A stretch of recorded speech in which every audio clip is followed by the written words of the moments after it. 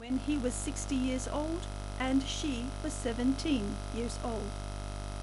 After the Battle of Khaybar, 2 women captives were brought to the Prophet. One of the 2 women was screaming and rubbing dust in her hair, while the other couldn't sleep because of shock. Safiya was the daughter of a great chief, Huyay ibn Akhtab. The only person who could save her from becoming a slave after she was used to such a high position was the Prophet. Although her father had planned to assassinate the Prophet after the Battle of Uhud, he, peace and blessings be upon him, did not bear any grudges. For anyone who had done wrong, the Prophet felt pity for them rather than anger. For those who had done no wrong, he had even greater compassion. The Prophet, peace and blessings be upon him, invited Safiya to embrace Islam, which she did, and after having given her freedom, he then married her. Some people may have wondered how Safiya could possibly accept Islam and then marry the Prophet, especially when her father had been his most bitter enemy, and when bloody battles had taken place between the Jews and the Muslims.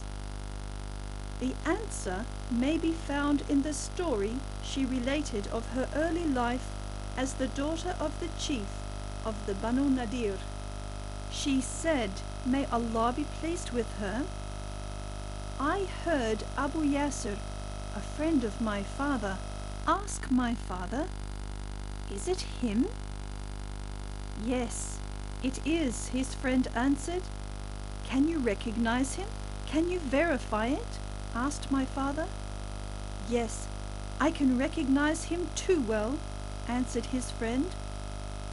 What do you feel towards him? My father inquired. Enmity, enmity as long as I live, declared his friend. Not only did Huyay resent the fact that the last prophet had appeared amongst the Arabs instead of the Jews as he had hoped, but he also did not want to lose his position of power and leadership over his people. Although Safiya was Huyay's daughter, she was a pious woman with a pure heart and had always worshipped her Creator and Lord. Safiya was with the Prophet for nearly 4 years. She was only 21 when the Prophet, peace and blessings be upon him, died. After his death, she lived as a widow for another 39 years and died in 50 after Hijrah, at the age of 60. May Allah be pleased with her. Important points from the life of Safiya. Safiya bint Huyay ibn Akhtab was from Banu an-Nadir, a Jewish tribe. She was taken as a captive of war after fighting had broken out between the Muslims and her tribe. Because she was a noble person, the Prophet released her and gave her the choice of maintaining her religion and returning to her family in dignity, or accepting Islam and marrying the Prophet.